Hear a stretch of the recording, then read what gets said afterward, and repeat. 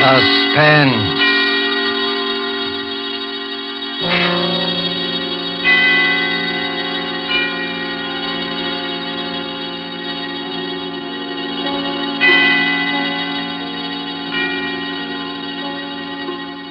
This is the Man in Black, here again to introduce Columbia's program, Suspense.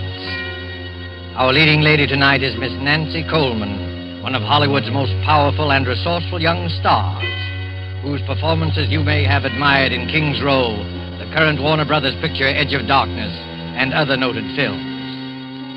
The story called Fear Paints a Picture is tonight's tale of suspense. If you've been with us on these Tuesday nights, you will know that suspense is compounded of mystery and suspicion and dangerous adventure. In this series are tales calculated to intrigue you, to stir your nerves, to offer you a precarious situation, and then withhold the solution until the last possible moment. And so it is with Fear Paints a Picture and Miss Nancy Coleman's performance. We again hope to keep you in suspense.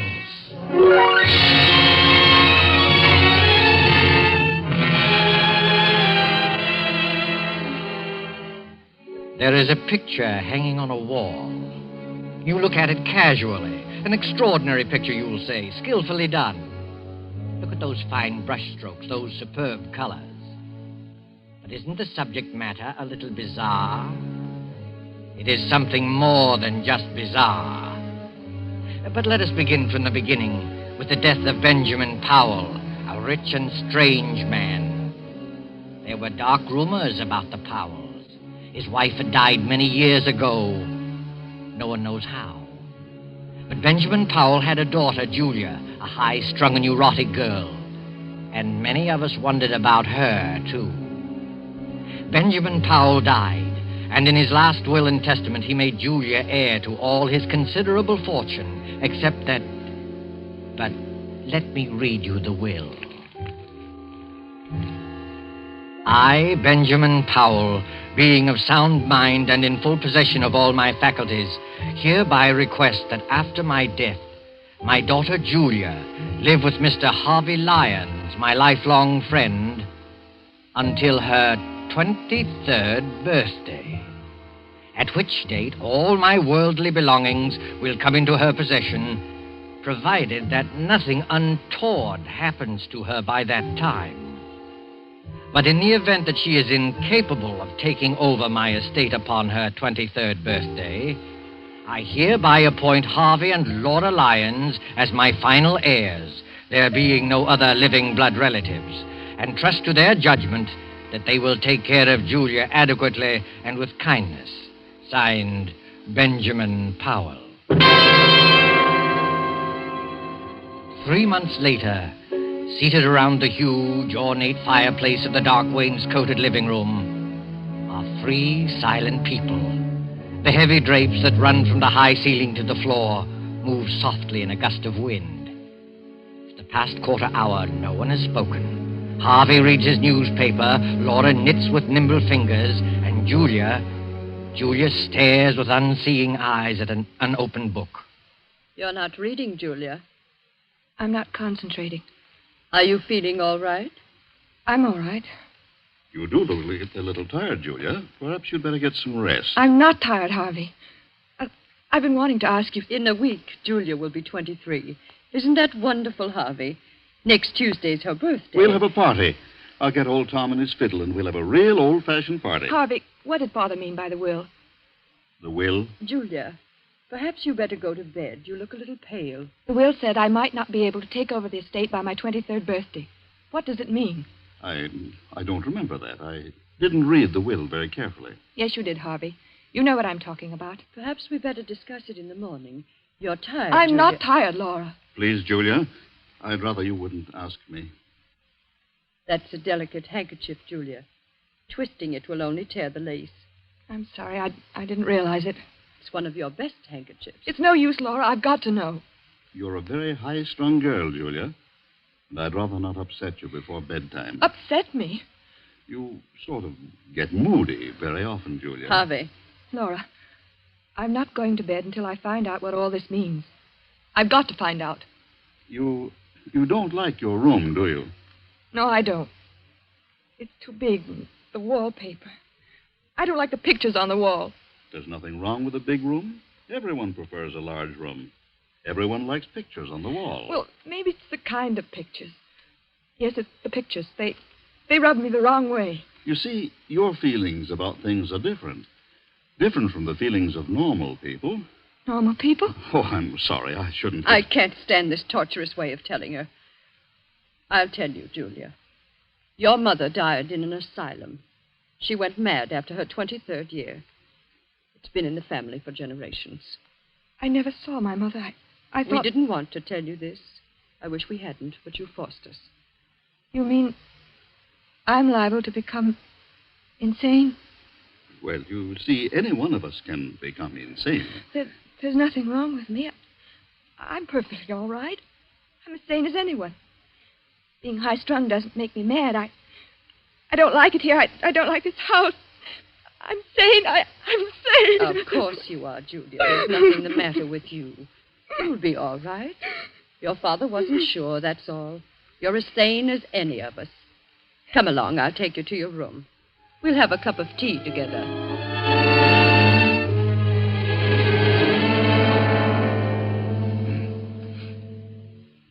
How is she, Laura? She's calmed down. Is she asleep? No, Harvey. She's reading. That must be Dr. Barrows. I'll open the door.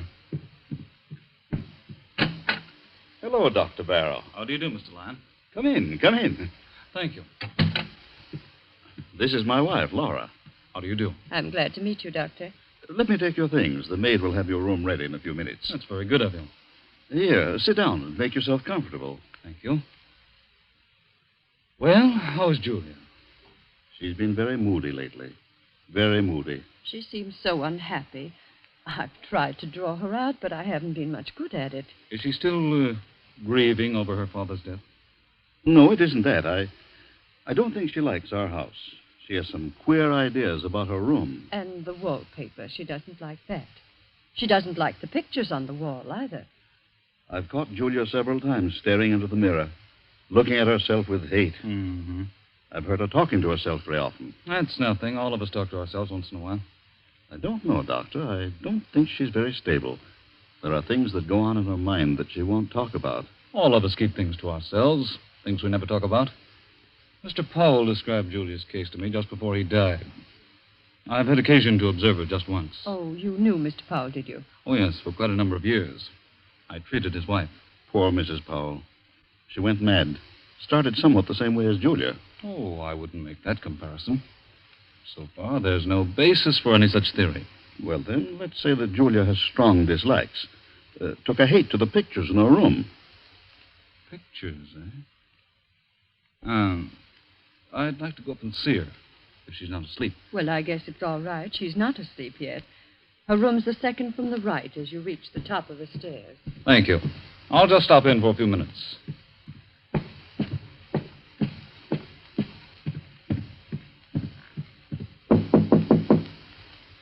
Come in.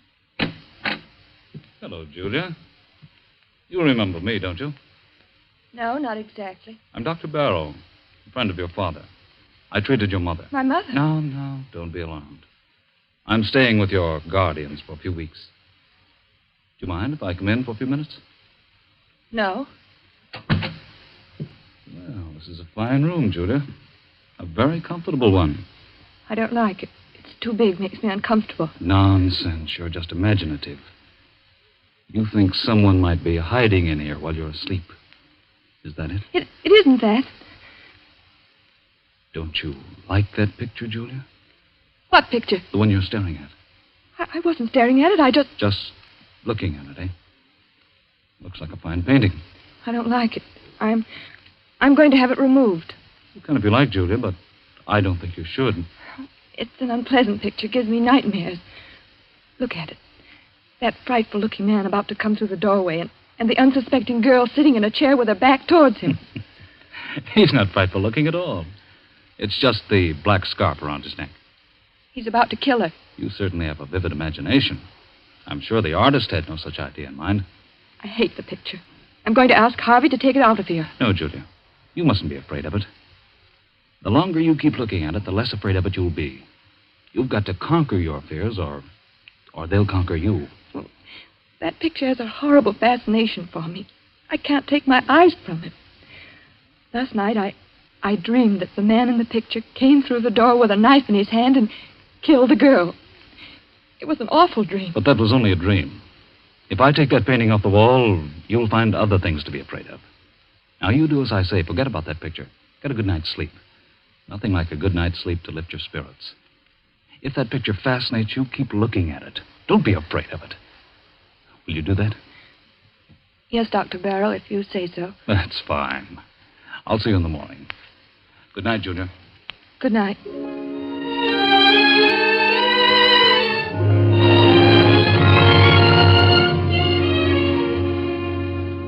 In this big rambling house of Harvey Lyons, midnight came and went. One by one, the lights went out, and soon the whole house was blackened by the cover of night. Not a single light gleamed from any window, the ominous rumble of an approaching thunderstorm. In Julia's room, the large room with its many pictures, she was dreaming again of the man in the picture. The figure with the flowing black scarf is alive, and his hands grow longer and longer. Julia tosses in her sleep, as if trying to avoid him, trying not to look at him.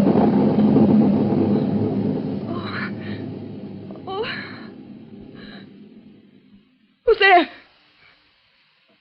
Oh. It was only thunder.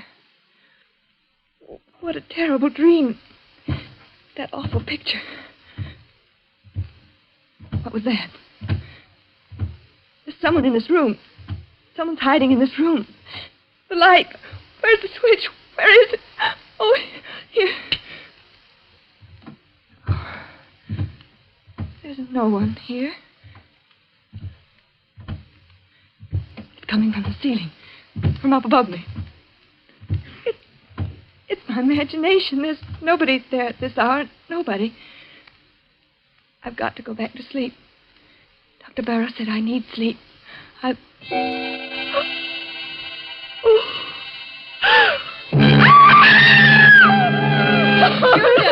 Julia, what happened? What are you doing out here in the hallway? Pull yourself together, Julia. That man. What man? The man in the picture. He's moved. What do you mean? The picture.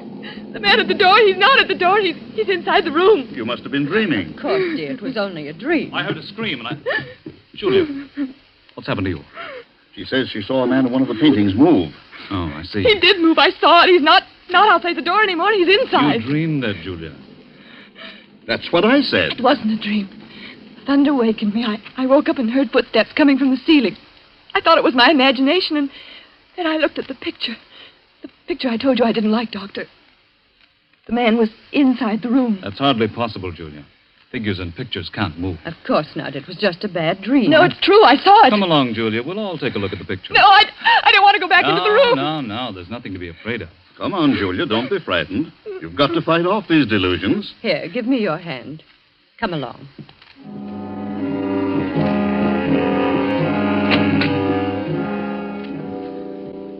Well, now, what picture was it? The one near the bed. Oh, yes, the picture by Gregory. It's one of our oldest paintings. Well, there it is. It's the same as I saw it a few hours ago. Look at it, Julia. I can't believe it. The man with the black scarf is still outside the door.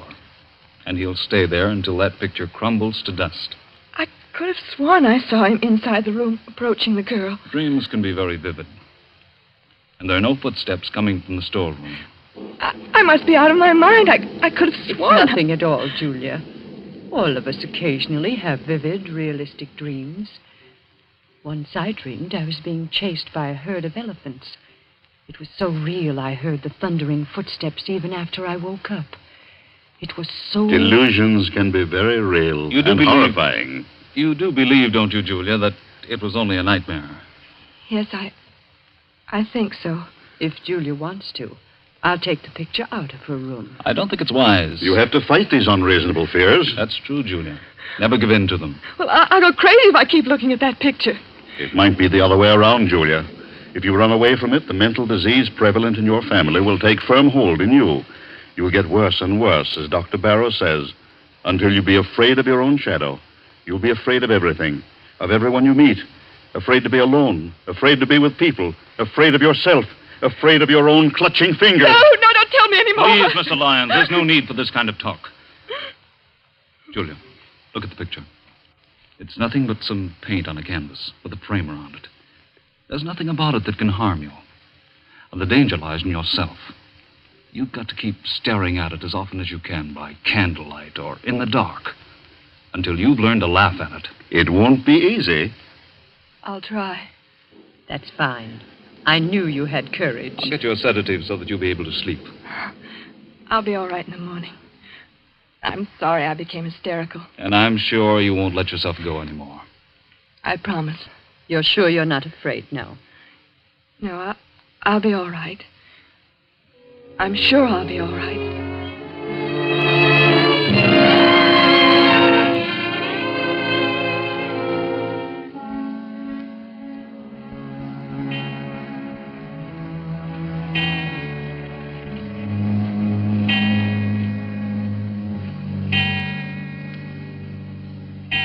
Well, Julia, it's 11 o'clock.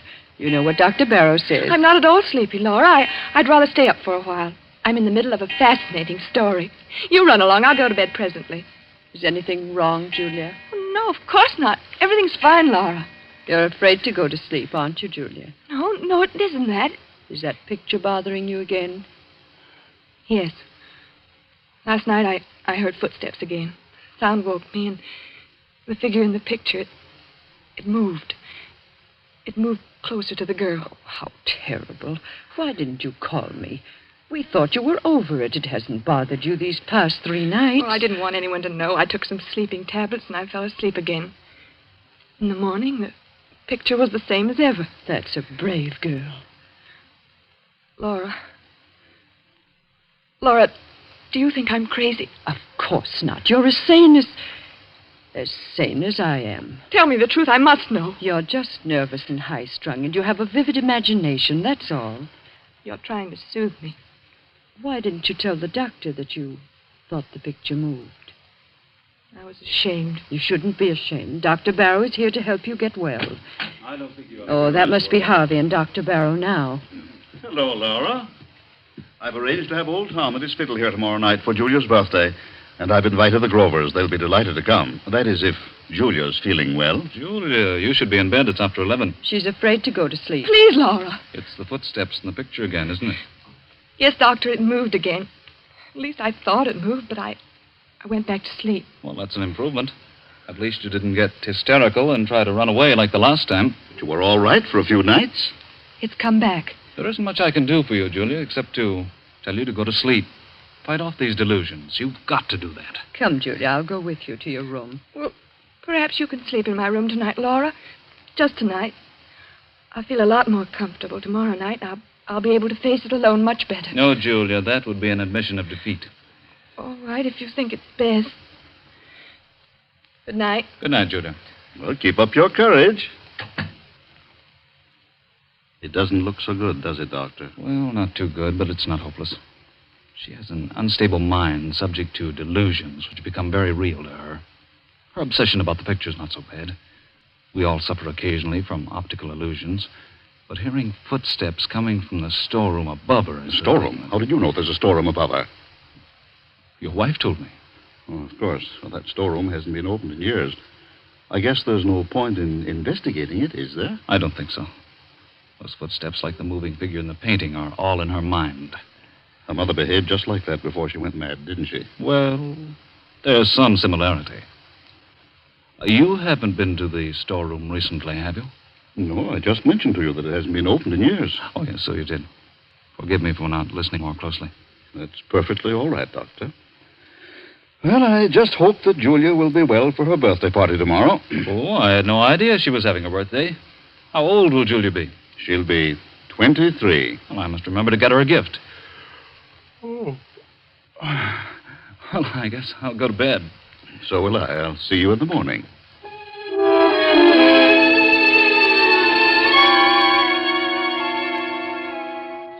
But Julia wasn't thinking about her birthday. During the 10 or 15 minutes she spent in Laura's room, fear fluttered in her heart.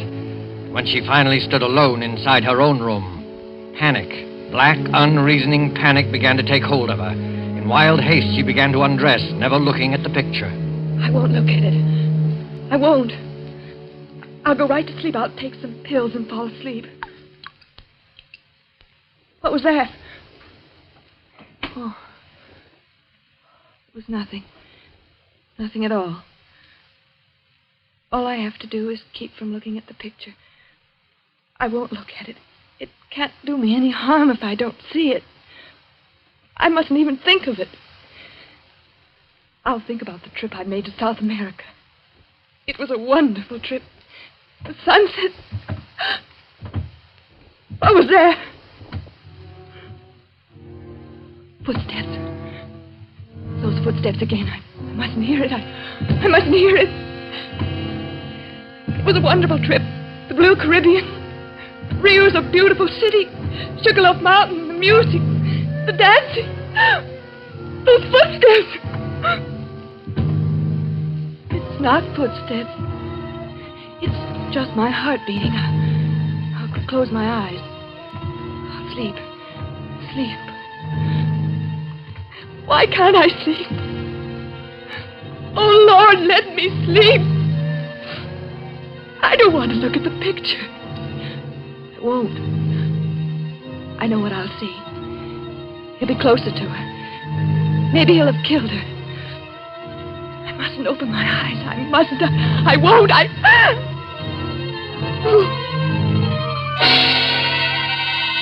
I've got to look at it.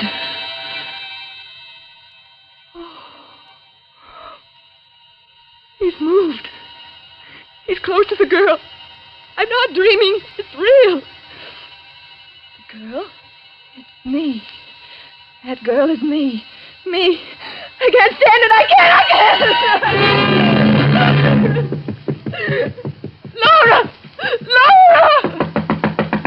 Oh, Laura, let me in. Julia. Oh, you poor girl. Here, sit down. Now stop crying and tell me all about it. Tell me in detail. Don't be ashamed. Get it out of you. It'll do you good to talk. It's the same thing again and again. I tried not to look at the picture. I tried so very hard, but it was hopeless. I had to. The figure with the black scarf was inside the room. A knife in his hands, very close to the girl. But this time the girl had turned around and it was my face. My face. Did you hear any footsteps? Yes. I heard them as soon as I got into the room. You think it's very real, don't you, Julia?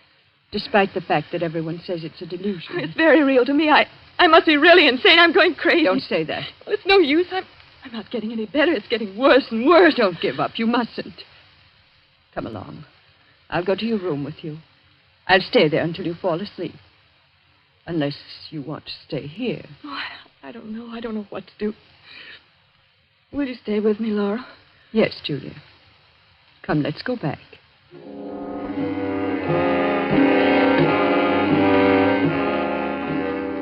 Well, the picture doesn't seem to...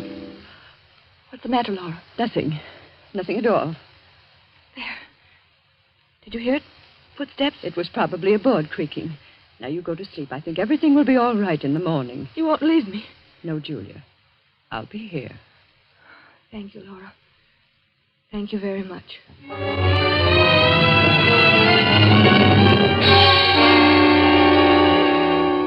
Laura stayed in Julia's room until she was sure that she was fast asleep.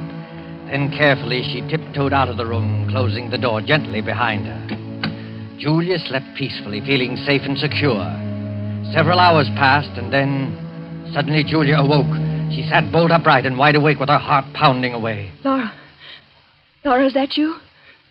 Laura! Oh, she's gone. She's left me alone. But I'm not alone. Something woke me. The picture. It's the picture. I must look at it again. If he's moved again, I don't know what I'll do. I'll turn around and look straight at it. I'll look straight at it. Oh. He's killed the girl. He stabbed her. He stabbed me. I'm the girl. Oh, I've got to get out.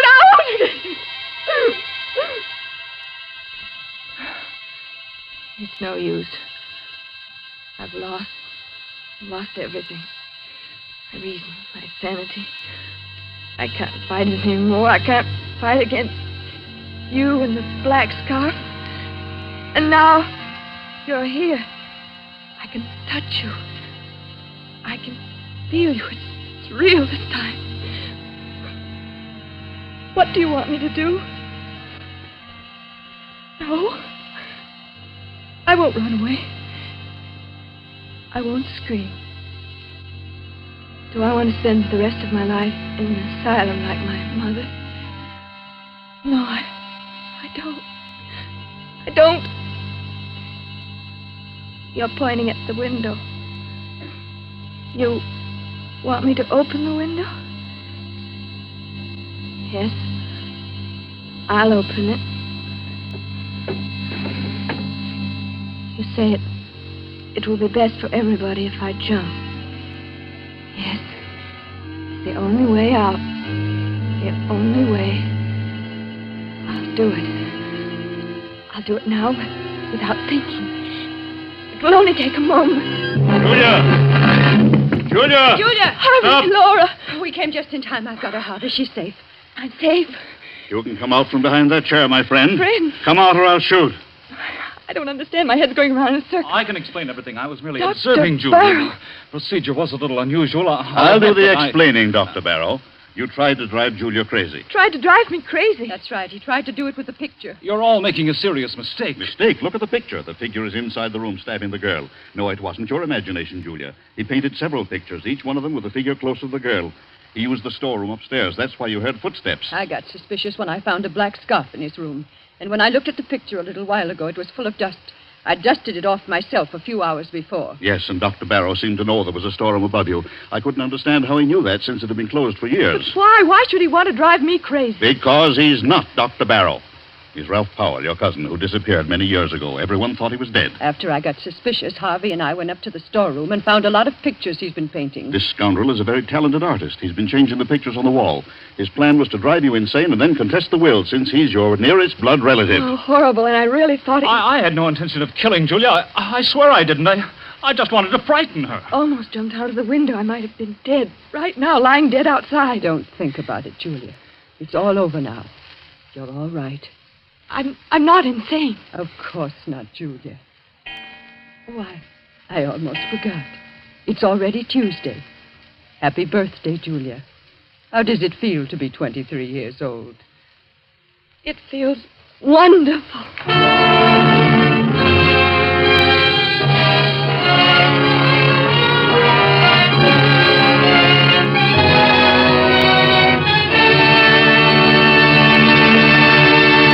And so closes Fear Paints a Picture, starring Nancy Coleman. Tonight's tale of Suspense.